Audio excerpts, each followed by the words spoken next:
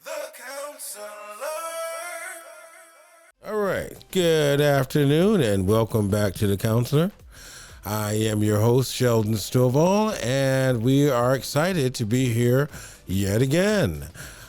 This show is on every day, Monday through Friday, between the hours of 10 and 12.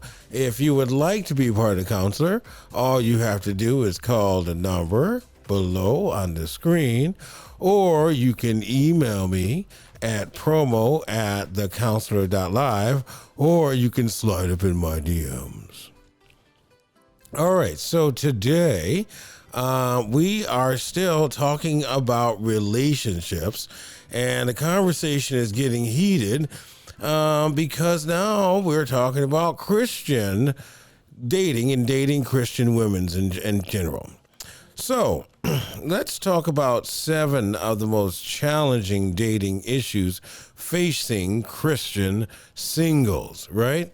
So we did have an interview with a young lady who kind of gave us some of the rules, and which I do appreciate. I do like some rules. When you know the rules, it makes it easier for the both of you. She mentioned one that I really liked, which is do not go over a single man's home by yourself, especially if you meet him online. All right, I want you to take your time and think about that. That's not a good idea at all. You're too young to know why you're doing it, but more importantly, you should not be doing it. Bring a friend, tell a parent. Oh, shocking. Tell your parents. Yes, because some of you guys won't be found. Okay, I love those movies, Taken, and I forget the other ones, some of the other ones that they are taking kids and selling them, sex trafficking. Those movies when the dads are searching the earth. But that's not a reality. That's a movie. Okay? Many young teens are not found. All right? So we're doing this for a reason. We want to start breaking the cycle. We want to break this cycle and keep our young kids alive. All right? And not only alive, breathing and making it past 18. Okay? All right. So let's talk a little bit about relationships.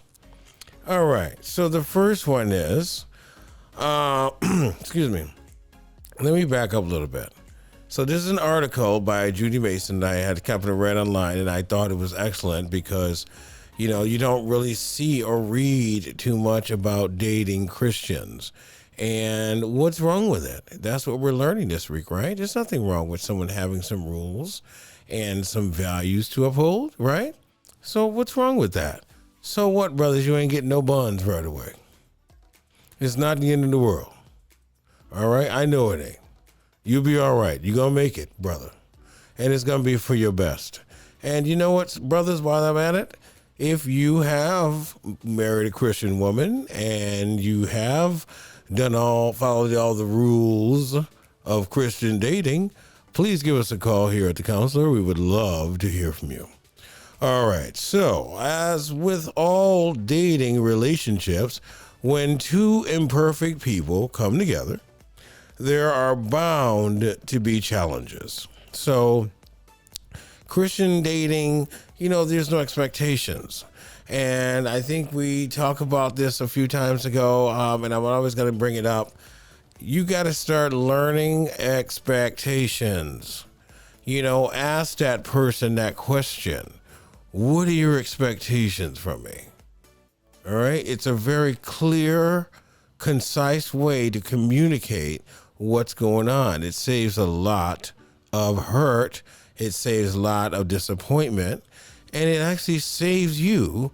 So you'll be fresh for the next person you date, right? Because if you continuously go from relationship to relationship, that's why I feel sorry for some of you young kids dating at 15 and 16. Like, geez, you guys are worn out by 21. Literally. All right? It's not that serious to be going from boy to boy or girl to girl. It's a little bit too much. So slow it down. Get to know somebody. Meet a nice Christian. I heard that they're good people.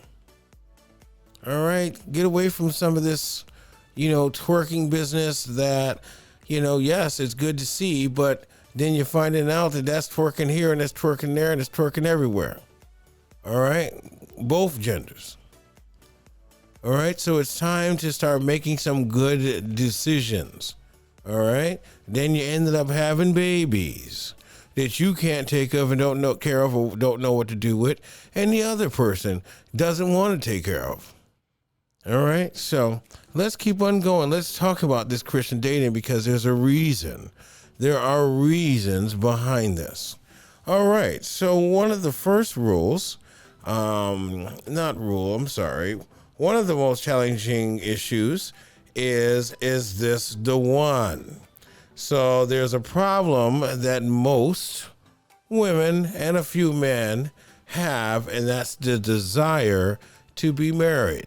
Now, when I say a problem, usually in the mind of someone who's not used to dating Christians, we're assuming that you met me with the intent to get married. So people have a desire to get married. So as they meet new people, they instantly wonder, is this the one? God told me that you are my one. You're my future. You are the person that I desire. God told me you were my wife. God told me you were my husband.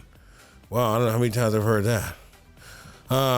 So yes, there does come a time where people are interested in your plans. Like, are you planning to have children? Right? Be fruitful and multiply. All right.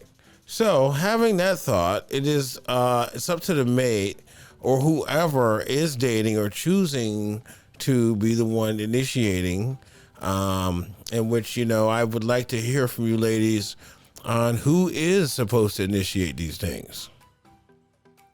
From what I'm hearing, usually the Christian woman is the one telling the gentleman her rules. All right. There's no kissing. There's no hugging. There's no, you can't rub my neck. You can't touch my leg. You can't even see my leg. You can't see my elbow. All right. You can't see my neck. It has to be covered. I mean, my knees, you can't even see those. I have 17 pairs of stockings on. You can't even see if I have a tear on my stockings. So some of these religions get really deep. All right. Cover them from head to toe. All right. Now, there's reasons for that. Right. There's reasons. All right. It keeps the purity. It keeps a relationship from going awry. All right. So, yes, is this the one? Do you think that you're going to be able to bring her home to daddy? Homeboy from, Skid Row, that run that block down there? Do you think you better bring him home? No. All right. So is this the one means that guess what? He's got to pass daddy's standards. And have y'all seen some of these daddies? I'm not going over there to meet him. Okay. Brother look big. This look a big guy, Don't you mess with my daughter. Right? So, again, it's about standards. Okay? So, making that decision early says, okay, is this somebody who I'm going to bring home to meet my family? Yes, I'm only 19, I know, and I'm only 20. I've heard them, all the stories. But at the end of the day, it's up to you to make good decisions. And if you're not ready to date, then concentrate on other things, like school, hint, hint. Getting an education, right? That's about 6 years of your life if you're going to get your master's. All right, so do something with yourself. False expectations. So this is not listed, but I'm going to tell you what I'm thinking in a second. The perfect relationships displayed on social media and in church project a false image of dating. Church and now hashtag relationship goals on social media can make one think that heartbreak, disappointment, or just plain imperfection doesn't exist in dating. Oh my God, did you just lie? I think you lied. Did you just shove that mascara in your purse and didn't pay for it? They start looking and seeing that, you're not the Christ flying prophetess from the land of Egypt and Israel herself. You're not what you're proclaiming yourself to be. So their expectations are very high. So I'm sorry.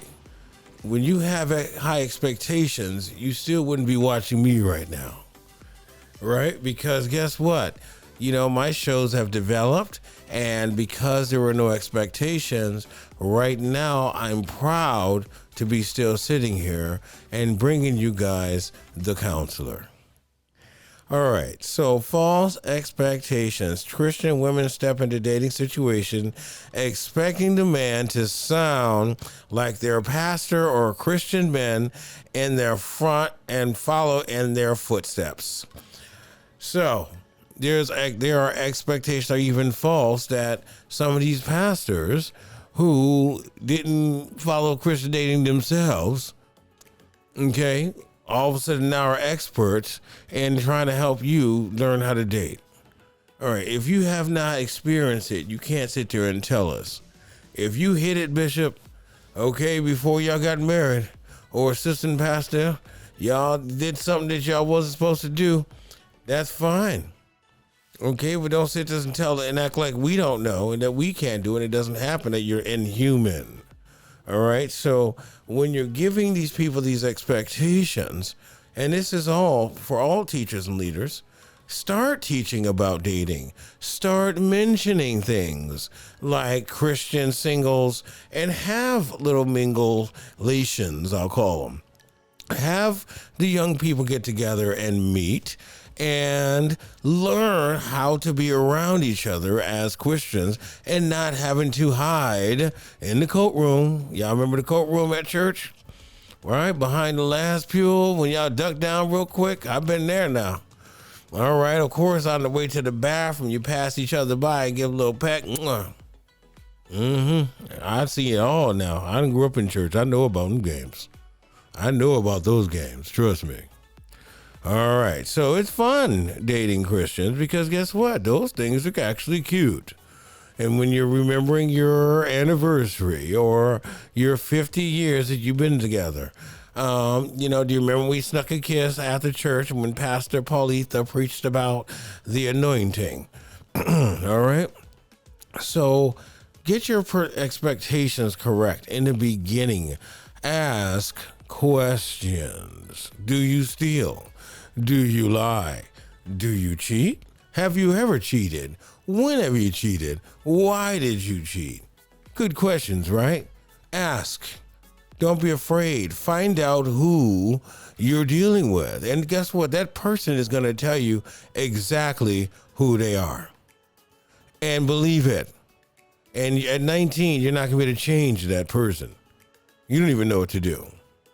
All right? So just move on.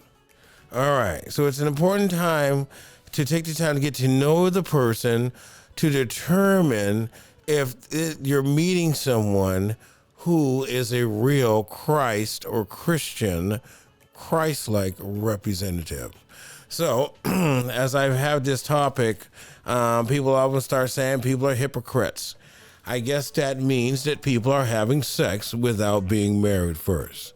Now, I want to hear from you guys. Let me know. Is that the way it's supposed to be, or was the Bible written way too long ago? Because some of us like to try the milk, and some of us like to, understand what's going to be happening in that area as well. That's important. All right, so let us know. Just keep the conversation open, and you can always get in touch with me. All right, we're almost done. Finding your balance in your Christianity. So some people fast and they pray. Fasting means that you give up a time during the day to not eat or not give. You're sacrificing your meal to spend time with God. Now, isn't that cute? All right, so some people, they do that, and that does work for them. Some of us need to start doing it, okay? Praying in tongues and reading your Bible. So these are things that, it varies from religion to religion. So we're talking about Christianity, and praying in tongues is part of this.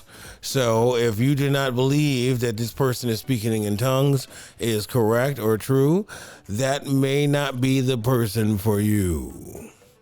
And if they're saying shabba baba over and over again, that may not be the person you need to be around, and I would run as fast as you possibly can. All right, celibacy, big topic. Everybody needs to be celibate in a relationship, right? Wrong. I mean, these kids are doing it, and people are doing this starting as young as 14, 15, 16, and thinking it's okay to be having sex with different partners. So let's not act like people are celibate and everyone is the Virgin Mary, because they're not. So celibacy is important, but also to tell the truth and to tell why you became celibate. Some people, I've been celibate waiting for my husband, but they run back pages since they were 18. All right. And all of a sudden you're 26, you done got saved, and now you're celibate, and you've been celibate waiting for your husband. Don't lie. Tell the truth. We're going to know. All right. So being celibate means that's a decision that both of you, if you are dating, should make. He should not keep trying and you keep saying, no, you can't kiss me. All right, listen, I'm celibate. These are the following rules when it comes to my body. Let them know up front. Therefore, there's no stop. You understand? That turns into rape. Oh, we did it and I didn't want to. And I'm not saying it's your fault. I'm saying set up the rules early. And if that person agrees about them rules, then you're good. And if they don't, you're even better. All right? So stop jumping in something so cute because somebody looks like Justin Bieber. Because look at him now. That's probably the ugly. Well, let me stop. All right. So marriage obsessed. So many women are consumed with marriage that they make the mistake of pursuing relationships so quickly instead of allowing a friendship to develop. And I'm going to share this woman's story in a minute. But it's very true. People are praying for a spouse. They want to be in love. And you hear these testimonies. Oh, God sent them right into church, and he ended up on the front seat right next to me. So there are quite a things. You hear all types of stories. But here's the thing. God does answer your prayers. But, okay, every man you meet may or may not be your husband. So if you're interested in that person, the best thing that you can do is look at me, become friends. Because when you're a friend, you will remain friends and you'll have a healthy relationship. All right. So being married is obsessed, a little bit crazy. And this is this message is out here for somebody. And I'm going to tell you why. There's so many of you Christian women that are still single. Not even a date. You heard a young woman, you're not allowed, some of you guys not even allowed to give out your number. How are you going to get a man? Really? I mean, unless you see the sea parted in front of your face when you turn 55 and you're still praying for your husband, I suggest you give out your number. All right? Just say, hey, don't call me after a certain time. And guess what? If he don't like him or if he seems disinteresting, then block him and move on. All right? You don't have to seem desperate. You don't have to seem like you need somebody. If someone wants to be with you, they're going to begin to show those signs. They're going to want to talk to you a little bit more. They're going to want to get to know you, understand you. What is your favorite color? All right. What kind of flowers do you like? All right. Things like that are very important in creating a relationship. And finally, believe that opposites attract. So, With the recent influx of mature Christians, men pastors choosing women who are not known for their Christian values. For example, Israel Houghton, he married the girl from The View. I can't remember her name. Different ones, Jamal Bryant, with his wife, I believe Giselle is on the Housewives of the Potomac. So when these people meet these people, sometimes they're called what we call unequally yoked, which means that they're not supposed to be, together, they're not walking the same road, right? So sometimes people judge that and say, oh, well, he pulled her into the church, or she pulled him out of the church, or, So however you do it, if you do believe that God is going to send you a good man, he's obviously not going to come out of the bar. All right. So, I want to hear from you guys. If this subject matter is something that is of interest, please don't hesitate. Give me a call. You can email me at thecounselor@promo.live, or you can slide up in my DMs. The Counselor.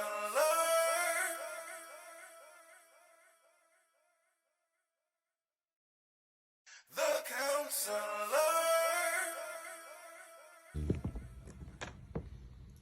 Hey guys, my name is Sheldon Stovall and I am the counselor. Just want to let you know my books have just arrived. Where is the Storehouse? Fresh, right off the press. I want to give a shout out to my boys at Arrow Studios for making all this possible, The Counselor. If you want your pre-ordered copy for my book signing February 10th, we want you to order today. You can contact me at thecounselor.live. Our phone number is listed on our website, or you can go order it online, www.amazon.com. But more importantly, you can get your own personal autographed copy from me, Sheldon Stovall, and we'll see you soon. So order today.